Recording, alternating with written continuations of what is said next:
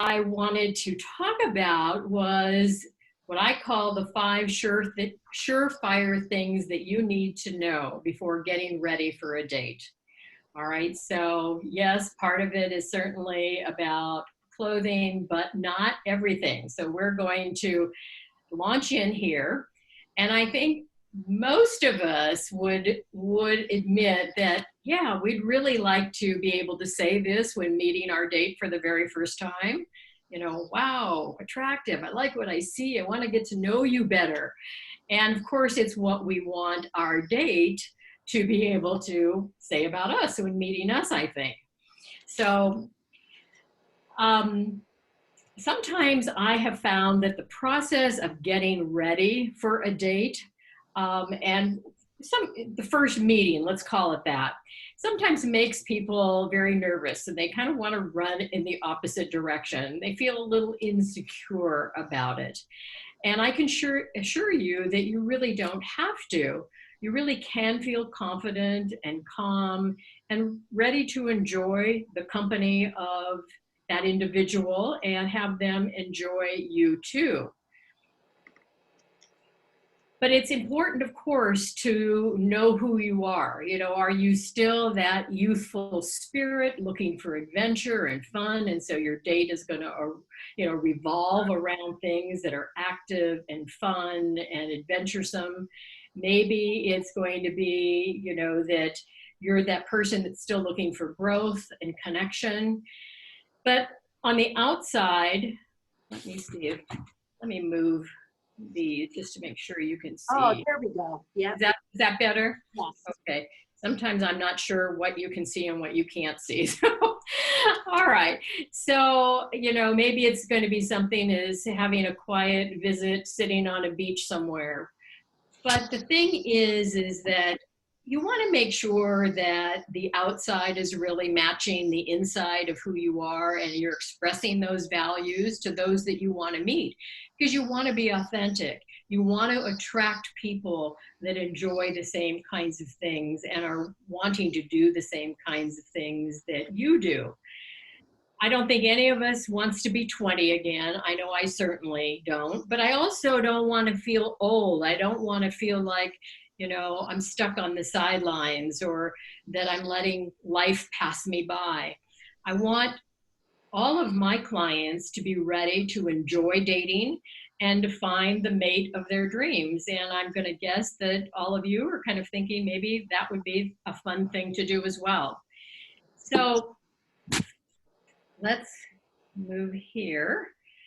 So the surefire tip, I remember I said there were 5 of them, and the surefire tip number 1 is to never undervalue the first impression that you make, okay? And of course, in business, we've heard this oftentimes, but it applies to our dating life as well. So our appearance and our manners and how we show up and how we treat other people is going to be an asset in any situation, especially when you're making a first impression.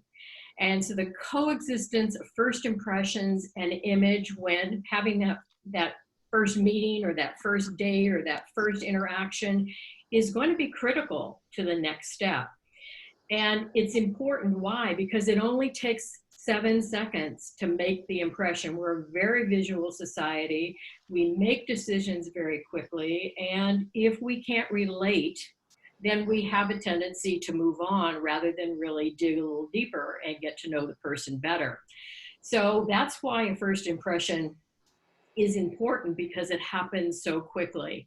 And like it or not, people are going to decide, do they like us or not? Can they relate to us or not? Are they going to trust us or not? And maybe even, do they want to see us again or not? So I just want to say, I want you to be able to think about, okay, well, what do you want to convey when you make that first impression? It's a really interesting question to ask yourself, and you want to be ready with the answer. Yeah. Okay. Don't go away. All right. So What are some things that a person might assume about me or about you during the first date? Well, all I can say is, first of all, that your visual message, that nonverbal communication, is comprised of these three things. And it is 93% of the first impression that we make is our dress, our grooming, and our body language, not even the words we speak. And that's a little scary to think about, but it is true. So rather than fighting it and arguing about it, because, you know, I've done that with people for years, the easiest thing is to just realize that and then to be prepared for it. So when people, when our visual message is positive, then people will tend to assume that all other aspects about us are equally positive. And maybe that's not always true, but that's what we assume from that first impression. So I just want to say, Dan, so here's a situation where I don't have a man in the picture, but the situation is the same. So, you know that houses are based on their curb appeal, right? And books are chosen by their cover, oftentimes. So how about you? If you look at these three individuals, you can see you're getting very different messages from all three. Would you agree with that? You sort of off to the left, you see someone who is, fun and maybe a little flirty and very feminine. And that's because of the body language. It's because of the garment that she's wearing. It's about her natural beauty.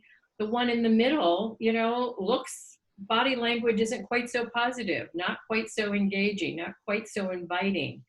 And the woman over on the right, you can just tell from the high contrast of her clothes, it's a very powerful look. She means business.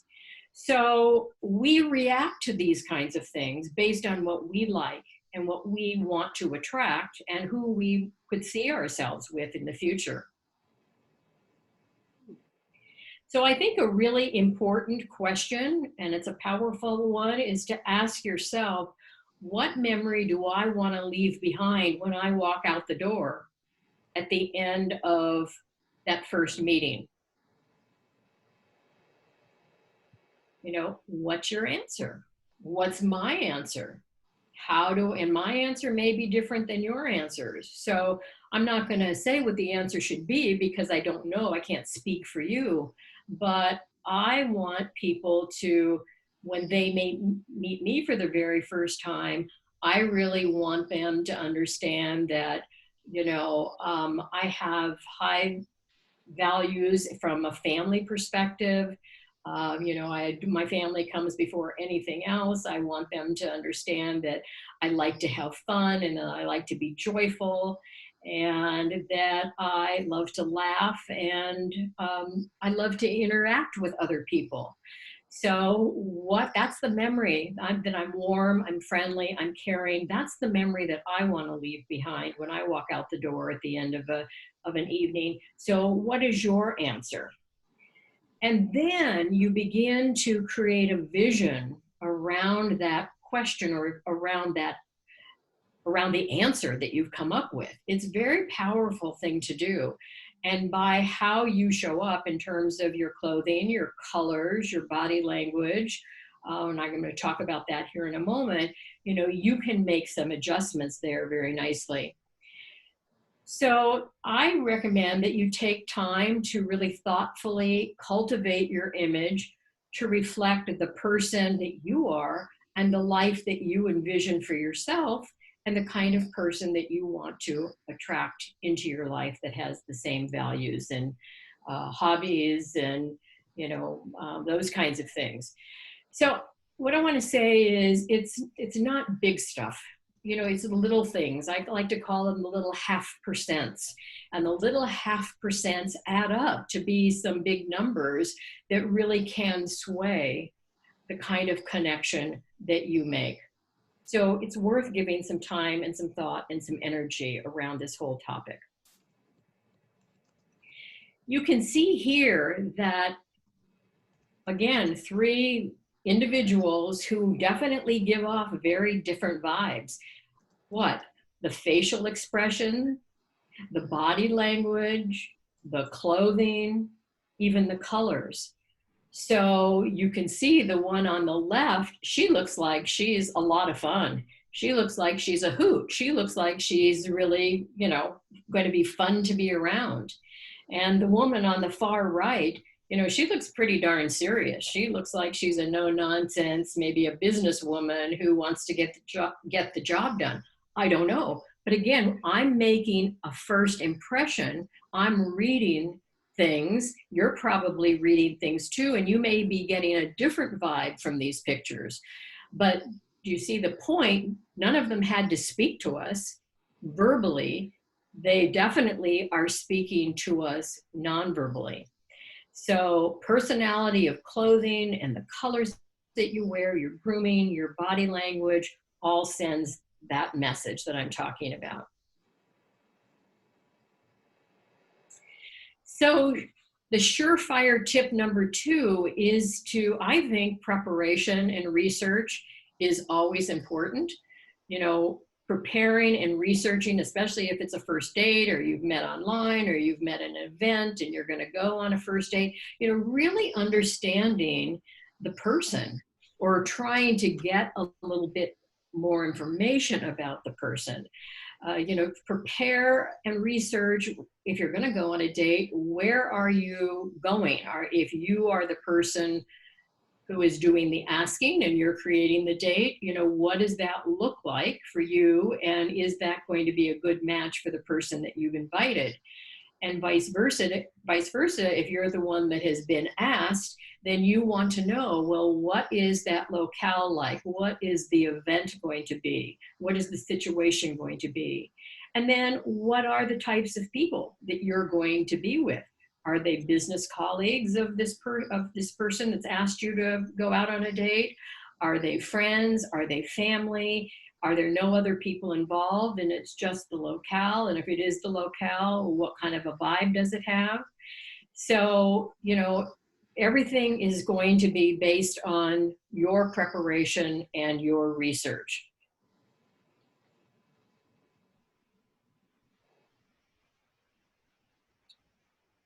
So when I say get to know the person, I would say one of the things you want to find out is, are they fun? Are they playful? Are they boisterous? Do they like to do a lot of laughing and have a lot of joy?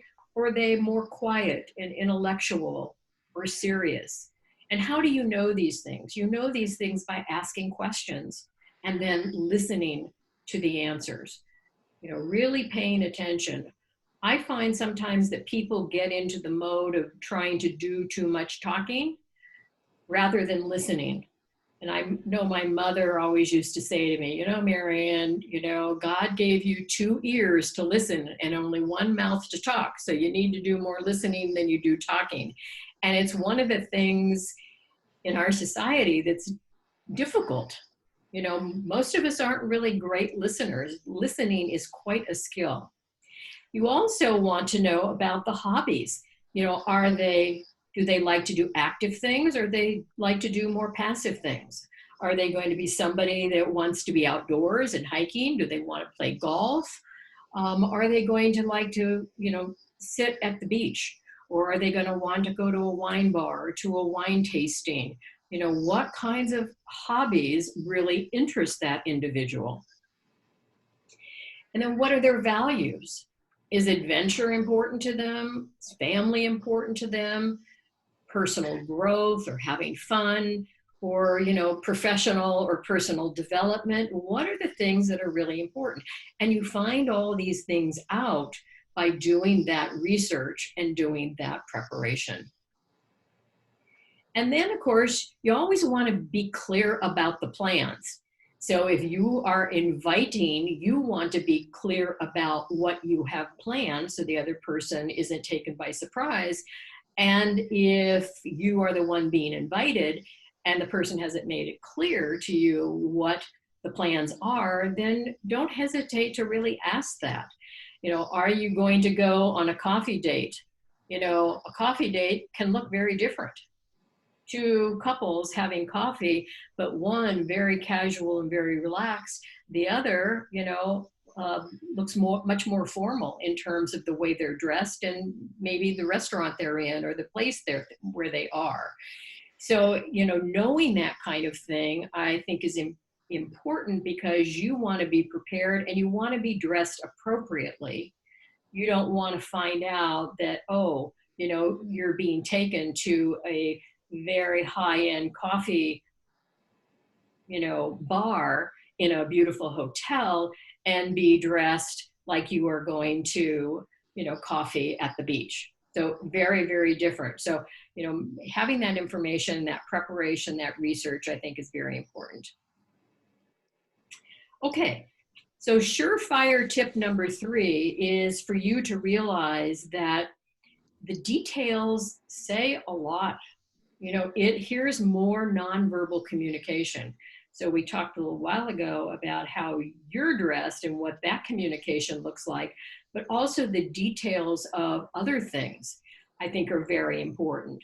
So I'm going to say to you, one of the very most important things is the detailing up here, that top 12 inches from the top of the head down to probably the chest level. Really impeccable. And especially if you're doing Zoom meetings or Zoom calls initially, trying to get to know one another that way, what we see both here as well as what we see behind us, very important. So the top 12 inches should be impeccably groomed, and you want it to be, again, saying something about you. So do you have a current hairstyle? Is it trimmed? Are you maintaining your commitments to coloring your hair, if indeed you color it? Or are your roots showing big time? And you might say, well, Marion, your roots are showing big time, but that's because I'm letting my gray come in. I'm starting to really adopt what God has given me, and so that's what's happening. Yes. And there comes a point in time where you're just tired of doing all the coloring stuff. So, but you want to make sure that is being well maintained and that you're touching up your roots as the growth comes in. So are you trimming or are you waxing, if you have furry eyebrows or ear hair or facial hair, beard, mustache, all of those kinds of things are so important. Are you moisturizing your dry skin? And this is for even men, absolutely. Dry skin isn't attractive. So, you want to be moisturizing. Are you wearing a modest level of makeup that add detail and finish to your look? So ladies, as we get older, I can tell you that adding detail and definition to your eyes is really important because we lose a lot of color in our eyes, our eyebrows, our eyelashes. And so we need to enhance those a little bit to really call attention and bring them forward. Is your collar clean and is it pressed? Are your nails clean and are they buffed? You might want to be holding hands. You might want to be signing the dinner bill. You might put your hands on the dinner table. So clean hands and clean nails, really, really important, the detail. And then how about the car, which you can't see, it's up in the top corner there, can you? So if I move that out of the way, can you see that? Yep. Yes. Okay, so why do I put the interior of a car or the front door of someone's home? Well, I do that just to remind you that if you're going to be the one doing the picking up, then you want to make sure that you don't have, your Clorox wipes that you're wiping your hands down from, wanting to stay safe from COVID, or if you've got children, you're not wanting McDonald's boxes in the back, you don't want crumbs. I mean, it really just shows a sense of respect for yourself, but it also shows a respect for the person that you are going to be picking up. So vacuumed, free of clutter. And then the home, stop and think about, if you're going to be driving up to pick up your date, or you're going to be, yeah, if you're driving to pick up your date, is your car clean on the exterior as well? Have you put a little effort into it? And as you roll into the driveway, then seeing that clean car really does say a lot about you. And then how about this front door or your home? If you're going to be picked up at your home, what is that person going to see as they roll into your driveway? How about as they approach the front door or into your entry area? So the question is, have you swept off the stoop? Have you trimmed, you know, the flowers away? Just general housekeeping, again, sets a really strong first impression versus one where things are not quite so tidy. So those details do say a lot, and that is the surefire tip number 3. And I'm going to move this back over here. All right. And so my question to you is, do you freak out about getting dressed for a date? You know, I hear this quite often. So I'm going to guess yes, that we've had a little worry every once in a while about, okay, what am I going to wear? And so you try on 20 different outfits or 20 different shirts, and you don't like any of them, and they become a heap on your bed. You know, I've seen it and I've heard it. And quite frankly, I've dealt with some of those things myself. You know, you may have a lot of one type of clothing. You may have, if you're still working, you may have a lot of work type of clothing still in your closet. And yet, clothing for dating is very different than it is for working.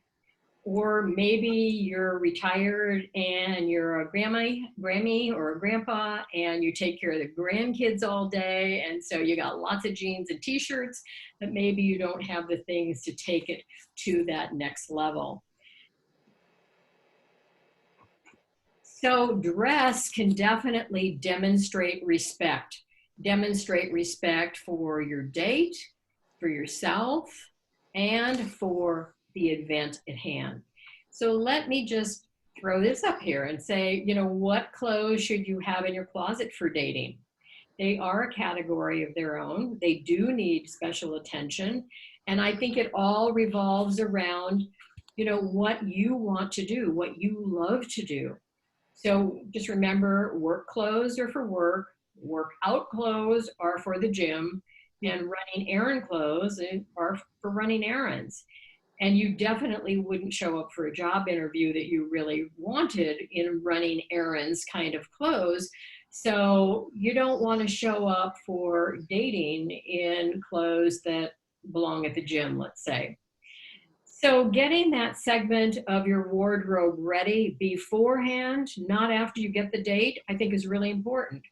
And you might say, well, but I don't know what that's going to entail. And I understand that.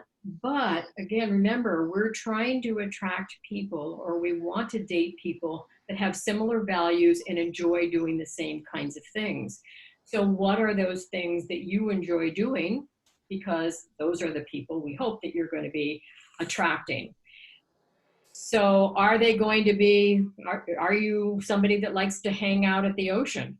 So having that great bathing suit or that great cover up or the great summer maxi dress would be something that you're going to definitely want to have in your closet. If you're somebody that loves to hike, then making sure you've got your vest, you've got your hiking shoes or your hiking clothes, that you got your backpack. So just be ready for those kinds of things. And then the thing is, you know, I don't want you to go out and buy clothes unless you decide who you intend to meet and who you intend to really want to date and what the activities are, as I said. So do you want to be somebody that's going to end up sitting by the fire, relaxing with a glass of wine after, you know, skiing some Black Diamond runs in Colorado, or at your favorite ski resort with the person of your dreams? Well, then of course, there are going to be some clothes that you're going to need for that. Or are you going to be somebody who wants to, as I said, vacation in a warm, sunny place at the beach? Maybe you want to swim up to that pool bar and meet an interesting person right then and there. Maybe you're going to be somebody that wants to be, that really enjoys sitting in a romantic restaurant with the low lights, with candles on the table, with a beautiful tablecloth, a bottle of wine, with that most interesting date seated across from you. So, what are the kinds of things that you might need to have in your closet for these kinds of events? Well, first of all, I would say maybe you're going to want kind of a sexy dress or a sexy top. So have that in your closet, and one that really fits you well and complements your coloring. Maybe it's going to be a cashmere sweater for that cold evening when you're sitting in front of the fireplace. Maybe it's going to be a sexy pair of shoes or figure flattering ski pants or a colorful wool scarf that you're going to wrap around your neck when it's cold. After ski boots or a bathing suit, like I said, a wonderful sarong, a hat, a sunglasses. Now, you want to ask yourself, okay, if these are the things, the kind of things I enjoy doing, then do I have these kinds of things in my closet? And if you don't, then I would suggest that you create a shopping list and you get ready for that event or that date that you are wanting to enjoy. Don't wait, like I say, until you've landed it. Be prepared ahead of time. And if you'd like help in figuring it out and putting things together, or you just want input about what would work from things that you already have in your closet, you certainly can call me and we can work together virtually. I do that through Zoom all the time with people all over the country. So here are some wardrobe basics. Move this over here. Some wardrobe basics that I would suggest that as women that we have in our closets. So a little black dress, and maybe it's not a black dress, but a dress that's a dark neutral. So maybe it's going to be your favorite dark neutral. Maybe that's going to be a navy or a charcoal or a forest green or an aubergine or dark brown. But in other words, a simple dress that you can put on, that you can accessorize and dress up with different kinds of shoes and either throw a jacket on it or a shawl or something and have that piece move very, very easily into whatever the variety of events you may have coming up. I also think that as women, we need to have a great fitting pair of dark slim jeans. Not light slim jeans, not, ones that have been ripped or torn or, that's a whole different look. But dark slim jeans are the kind of piece in your wardrobe that, again, you can dress down and you can dress up. And the key adjective here is great fitting. So, always be looking in the mirror and looking in the back and see how they're fitting your bum. And I would also say that when you buy jeans, you always want to buy them tight, because they always give, they always stretch out. And then if you bought them with a little bit of room to begin with, they just get baggier and they're not terribly attractive unless you're out on a hike. And then, of course, having that fun skirt or a pair of quality slacks, again, just basic pieces that you can then add a decorative top to. And the key word here is flattering color, so important. I'm going to talk about that here in a minute. And accessories can take any one of these pieces, that dress, those dark slim jeans, that fun skirt or quality slack, and be able to change the personality of those pieces. So don't skimp on accessories. So accessories would be things like great earrings, a great necklace, a scarf, a handbag, shoes, boots. So the personality of any of those pieces can change the personality of any of those first four pieces that I talked about to begin with. Obviously, a fabulous pair of shoes, or booties or boots, depending on where you live and depending again on whether you're into adventure or whether you're into more passive kinds of things where you're going to sit with maybe your legs crossed and your ankles showing and have a beautiful pair of heels at whatever height you can wear, depending on our age. And as we get a little older, we're a bit more into comfort. I totally get that. But comfort shoes are not ugly anymore. Comfort shoes actually are getting to be quite stylish.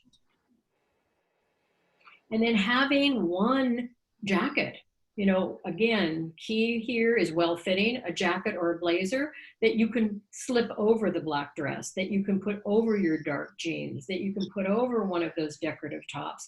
And again, I'm going to say in a color that is going to be one of your basic neutrals or one of your colors that's really going to flatter your skin tone would be a great first. Maybe if you only have one, that's where you're going to start. And I always like to have kind of a sparkly or a little dressy clutch. So you can take any of these pieces again, and just by adding that dressier clutch, you're ready to go into the evening and have kind of a sparkly evening as well. And here is one thing that I think as women, we oftentimes ignore, those undergarments. We call them foundations, and we call them foundations because they are the foundation of everything that goes on top of them. And I suggest that you definitely have yourself measured for your undergarments, your bras, and so forth, at least once every couple of years, because things do change, especially as we're getting a little bit older. I find anyway that things have moved around a little bit. So the size that used to work for me, 2 years ago might not work for me now. But having, some shapewear, if you need to do that, having, a great fitting bra, having panties that, you're happy to have someone see, all those things, again, they're kind of just a wardrobe unto themselves. And so is color important? I can tell you that people love color, and nothing is more flattering than a color that highlights your natural beauty. And you can see some of this soft color that you see, this kind of this amber peach, this soft amber peach. You can see how that flatters her face. And boy, your eye goes right to her face and right to her hair. And this top 12 inches that I was talking about, that's your communication center. That's what you are, your date is gazing into your eyes and looking at your face. And so you can see the importance of colors that really, really flatter your skin tone, your eye color, your hair color. And that can be in the way of a beautiful scarf, a sweater, or even a gorgeous pair of earrings that catch the light and shimmer in the light. So, dating, certain types of dates really call for this feminine, romantic sort of a look.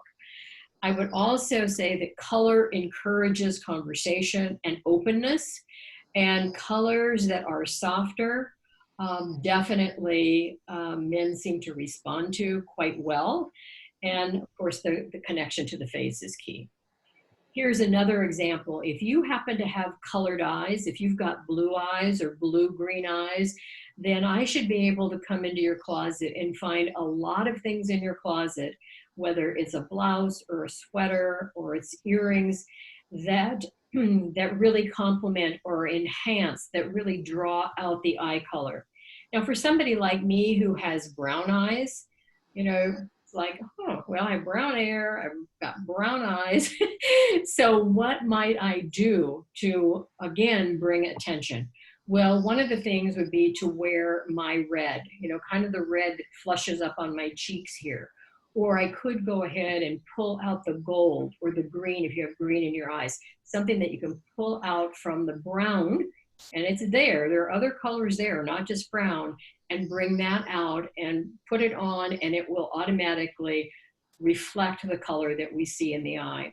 So I love to show women how to wear color to really enhance you know, whatever it is that they are trying to attract or the messaging that they're trying to send in their life. So lastly, our fifth tip is body language reflects comfort and confidence. And now we're going to go back up here. Is that the same woman? I'm sorry? Down on the bottom, are those two, is that the same woman? No, different women. Different women, but they do have similar haircuts, don't they? Like maybe even a before and after. Like, wow. No. My point in showing the pictures here is that, well, let me first just do one other thing. Let's say that body language is composed of your posture, of how you move, of your facial expressions, as well as your eye contact. Okay, so each one of these pictures I've tried to demonstrate something, and this demonstrates posture. And you can see the way she has her hands tucked in between her knees and the way she has her head sort of cocked to the side. To me, that doesn't read as a really confident posture. So, you know, if you have a tendency to do those kinds of things, you're going to want to try and break the habit and really keep that head upright and put your hands on your knees or put your hands somewhere where they're exposed rather than hidden and tucked between your knees. These two pictures I just put here because, again, I think facial expressions are so important and that eye contact. So nothing says more than a smile. I think it's a great icebreaker when you're meeting someone for the very first time. It lets people know that you're warm, you're friendly, you're open. It also puts others at ease. And I can tell you that a smile will change how you feel about yourself or about the situation. So if you walk around kind of sullen and, you know, grumpy and you never have a smile on your face, you begin to feel a little sullen and grumpy and never have a smile on your face. But you can I remember, you know, my mother used to say, Marion, put that smile on your face, you know, show everybody your beautiful smile. Well, when I did, it made me feel better, but it also invited people to me. So I told you that one of the values for me is to attract people that are warm and friendly and open. And one of the ways I can do that is by using my smile to invite them into my sphere and get to know me a little bit better. So because it puts people at ease. So walking with confidence, I think, is really important. You know, having that purposeful stride with the back straight, shoulders back. You know, again, did you ever have a mom that would poke you in your back and say, okay, sit up straight or stand up straight? That really shows confidence. It really shows confidence. And your movement does say an awful lot about how you're feeling. So when the shoulders are rounded forward, or when you're hunched over, when your eyes are looking down, it conveys maybe a lack of confidence, and it could maybe even be interpreted as not being happy or being sad about something. So really think about when you walk into a room for the very first time, even if you know no one, it's so important to keep the chin up, to keep the back straight, to walk in with a purposeful stride, to look around the room, to kind of assess the situation and, you know, look for people that you think you can relate to. I think that's really important. And maintaining eye contact when you're on a date, I think, is very important. There is nothing, I think, that's worse than when you're with somebody and you can see his or her eyes going over your shoulder, you know, watching to see who's coming and going in the background. That really dismisses and says to the person that you're actually supposed to be talking to you that maybe you're not quite so important. So I mean, I just think this gal right here just says, just you can tell her posture, her movement, you can see that facial expression, you can just see that and say, oh, she looks like she's going to have a lot of fun. And these women, very confident, happy people. This one, a little less assured about herself. Okay, why are we not moving forward? There we go. Okay, so I don't know about you. One of the things I was going to say about body language is that sometimes you can read other people's body language and you can take a cue or clue from it. And you can tell if somebody is getting uncomfortable and they want to move on. That's important to pay attention to. So when you can see that happening, either the hands are thrust into the pockets very nonchalantly, or the person starts to back up, or they're tilting back away from you, or their head is tilt back and away, that's kind of a sign. There's a disinterest. And that's okay. It's better to read that body language and really kind of move on, especially if you're doing a networking meeting at one of your vacation spots. Kind of just know when it's time to move on. So let's talk about some of the pet peeves that I hear about all the time, and probably you guys do. How about the person that talks incessantly about themselves? Doesn't that just drive you crazy? It's like, come on, do you want to get to know me, or do you just want to talk about yourself? The minute we go into that mode, I don't want to hear about it. How about the person that doesn't even ask you a question? Yes. Who doesn't listen? Definitely a big pet peeve. Those are the kind of people you take the clue, take the cue and say, okay, X off my list. How about the person that's got the crass language or the off-color jokes, or, the four-letter, words that, I'm not interested in that. So that's my pet peeve. And then, of course, talking about sensitive topics, and right now, who wants to bring up politics? No, it's not a good topic, as is religion not a good topic, sex is not a good topic, money's not a good topic. And we're talking the early stages of dating and getting to know one another. A lot of these things certainly have their place, but they're not in the early stages of a first date or getting to meet someone initially. Now, some people may say, well, wait a second, I want to know how they feel about a particular issue, because if they feel that way, I'm not interested in getting to know them better. So, you make your own decision based on that, but I think it can be very explosive and can really turn things on their ear. And then the person that always is pulling out their cell phone, checking for the text, checking for the email, checking to see if they've got, a better call or a better offer, whatever the case may be. You really want to give your date that undivided attention if you want to see them again. And then the person that shows up, they're dressed too casually, even though you've talked about the issue. It's too casually, too formally, too sloppily, too revealing, too sexual. That again is, there's a modesty, I think, at least in my generation, that we need to again show respect for our date and for the date at hand by really listening to what the plan was going to be, and then putting effort and dressing with respect for the person, as well as the locale, as well as for the people that we're going to be around. So any of these situations can really make other people that you're with feel uncomfortable or maybe even embarrassed.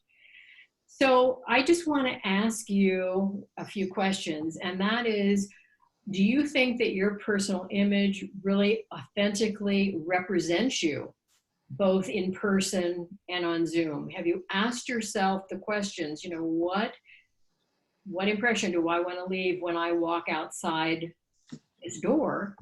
And then, is it authentically representing that message? Does your personal image convey your confidence and your distinctiveness? And I should also say your authenticity, who you are. And does your personal image advance your relationship goal? Are you doing everything possible to show up in a way that's going to advance the relationship goal? And if you're not sure about that, I think you really want to find that out. You want to understand what your nonverbal communication is saying to those that you meet.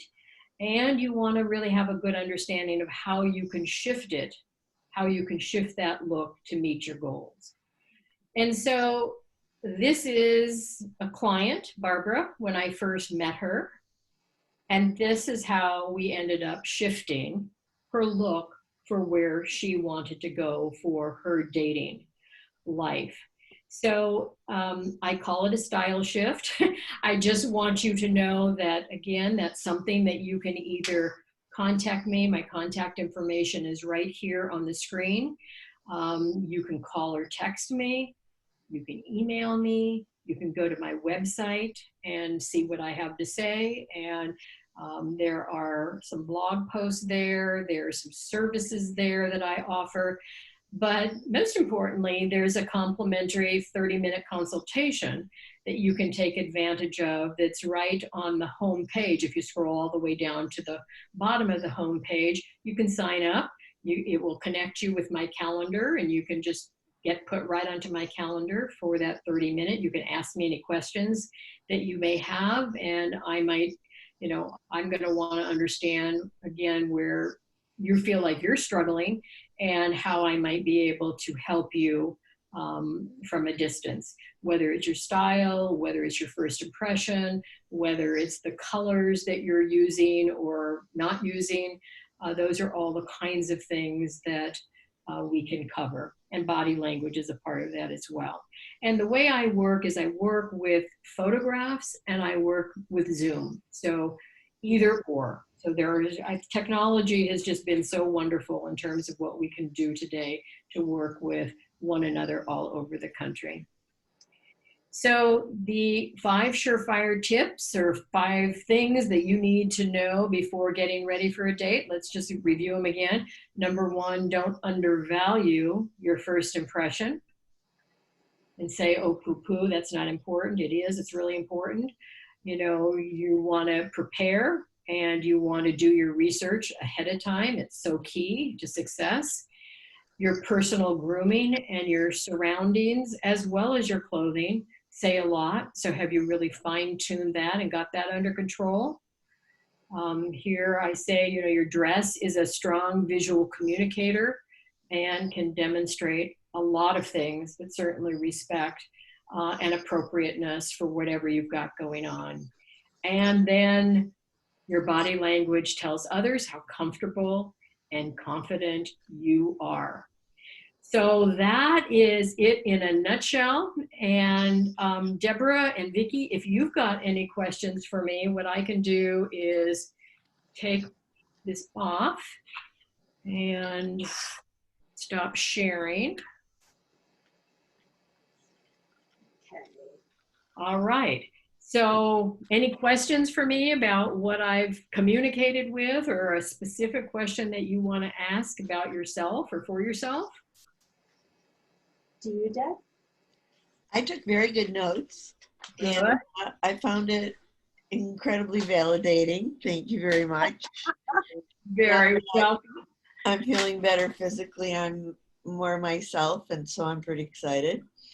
All I need is a place to be myself and wear my clothes and be, do it. But you did a great job. I really appreciate it. Well, wonderful. Well, thank you. I'm glad that it kind of hit home and was validating. Yeah. Important. And how about you, Vicki? Any questions that come up for you? I do have a question. First of all, I found it really interesting. Something I'd never thought of before was dress the way you want to portray yourself. Now, of course, for work, we do that. right? You know, you want to look professional, you want to look well kept. But, and for a date, you want to look good. But when you talked about the type of person you might want to attract, and so I have two questions, very different. One is, you know, I love the beach. My favorite thing to do, though, on a date is definitely to go out to a nice dinner. Okay. But what if you, like all of those different scenarios that you discussed, you know, the beach, skiing, like that après ski, like who doesn't love that? You know, and the nice dinner. Should we have an outfit? I mean, obviously skiing comes up not as often as the beach comes up fairly often, and so does the dinner out. So we should have at least one outfit ready to go that portrays, like, you know, if you want a man who's established and, you know, can take, as far financially established, you want to dress in a way that would complement that type of man. Well, of course, yes, definitely you do want to dress to complement that type of man, or to certainly be kind of demonstrating that you You better not have a understand. hand-me-down ski outfit. You better have a, you know. And as long as it fits well. Yeah. But I also think that, you know, what is it about the man that you may want to go skiing with, or the man that you want to have be stable financially and, you know, other things? What does he like to do? And do you like to do those things too? Right. So for instance, my husband is, when I met him, loved to ski. Loved to ski. You know, I didn't love skiing all that much. I'm a California girl. He's from Minnesota. So, but I knew how important that was to him. And so I made the effort to go and do. And did I spend a bucket of money on stuff to go skiing? Absolutely not. But did I have what I needed to go skiing? Yes, I had a great fitting pair of ski pants. I had a jacket that would, you know, serve the purpose. And I may have worn that jacket over and over and over again, and I would change the turtlenecks that would go underneath it, or I would change the scarves that would go around my neck. That would change the look somewhat. So yes, so if that's important to him, then I want to be with him, then I need to figure out a way how I'm going to fit into that and be ready for that. Okay. Now, if I had met somebody that I thought was really cute and he was a backpacker and he was an outdoorsman and he loved to do all that stuff, I don't care how cute he was or how wonderful, that would not be something I would be doing. Yeah. So that would not be the right person for me. Right. You know what I'm saying? Yeah. Or we'd have an agreement very early on that, you know, it's great if you do that, but just I want you to know that's not something that I enjoy doing. Right. I'll go on walks with you, but I'm not going to be backpacking. I'm not going to be, you know, carrying my pack on my back and doing some. So, you know, think about that. But if you are somebody, then you have to have your hiking shoes. You've got to have your, you know, your warmth to cover your head. You've got to have things, layers to be able to really suit yourself that way. So I think going out to dinner is probably pretty easy. Yes. Because, you know, a really pretty top in a beautiful color, and you've got colored eyes, so I can't tell whether they're green or whether they're blue. You know, I should come into your closet and find a lot of blue things in that closet. I have a lot of blue, and what I wear them like a lot is like a salmon or a peach. I love that color, and you might tell, but it complements my skin. And your hair. And your hair. I guess so. Yeah, so that is a lot of color. Even though tonight I don't, I usually have, but solid color. Like I don't really know how to wear prints. That's another thing. I think I'll sign up for your consult because I don't know. It's hard. I mean, Deb, you were petite like right? How tall are you? 5'2". Yeah. 5'2". I'm 5'1", and I feel like sometimes I like wearing big chunky bracelets, but not necklaces. I don't know how to do certain things. So, Well, and you know, you have to pay attention to that. You know, you have to be true to yourself. yes. And just because it's on trend to wear big chunky necklaces, or just because it's on trend to do a lot of pattern, if that's not you, that's perfectly fine. Don't adopt it. So I think one of the things we as women do is we get ourselves caught into what's current, what's on trend, what did the designers used to, I say, because, you know, now, you know, the whole fashion industry is in chaos because of COVID. So just because it shows us that that's what the magazines are showing us, and that's what's being reported, and that's what the trend's going to be, doesn't mean that we have to adopt the trend. We have to do what's right for our coloring, for our body, for the scale of our features. And so I'm 5'4", so I'm not real big, but I am a pattern wearer. But I'm a pattern wearer, certain patterns. So I like animal prints, but you would never catch me in a plaid, or you'd never catch me in Floral, maybe. stripes. I don't even like floral all that much. Yeah, I don't see And it's because some of those patterns convey a certain personality of a word. So, you know, I would say, okay, sporty, I would say would be checks. And, you know, this season, there's a lot of checks out there. There's a lot of houndstooth. To me, that's very traditional. Those are not my style words. So one of the things I love to do when I'm working with clients, and I just finished a 5-week program called Style Shift. I'm going to repeat it in probably the end of January. And it's really helping women get very clear on their personality and how to assign words to their personality that can relate then to style. And we go through the process of creating this style recipe, which are the ingredients that you need for a particular style that you want to convey. And then what are the things that can be put together to convey that recipe? It was really a fun class. It was the first time I had taught it, and it was amazing after 5 weeks what these women finally realized, that, you know, dressing is strategic, and it's strategic for you, but it's also strategic for your relationships as well. So I would love, of course, to be able to, you know, help either one of you, either one-on-one, but also know that if that's not in the cards for you, there'll be a group program that's going to come the end of January. And so if you're interested in knowing that, then go ahead and just shoot me an email and let me know, and I'll put you on my email list. So you're, you know, getting things as they come out, you know what I'm doing, and then you can, you know, sign up for them. So did you both get my email address, or do you want me to repeat it? And I can put it in the chat. Oh, wonderful. Can you see the chat, Deb? Yep. Okay, Marion, what is your email? So it's MLGELLATLY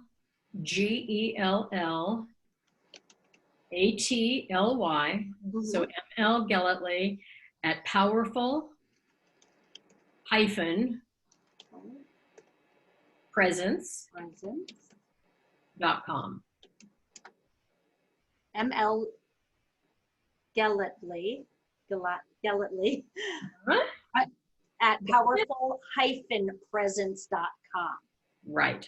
Okay. Exactly. You see that? So what you can do is just drop me a little email, send it to that email address, and say, you know, put me on your list, and I'll keep you informed about, you know, the things I'm doing and what I never know exactly what I'm doing. So I kind of, you know, I feel like I'm at this stage of my life where The lady in red.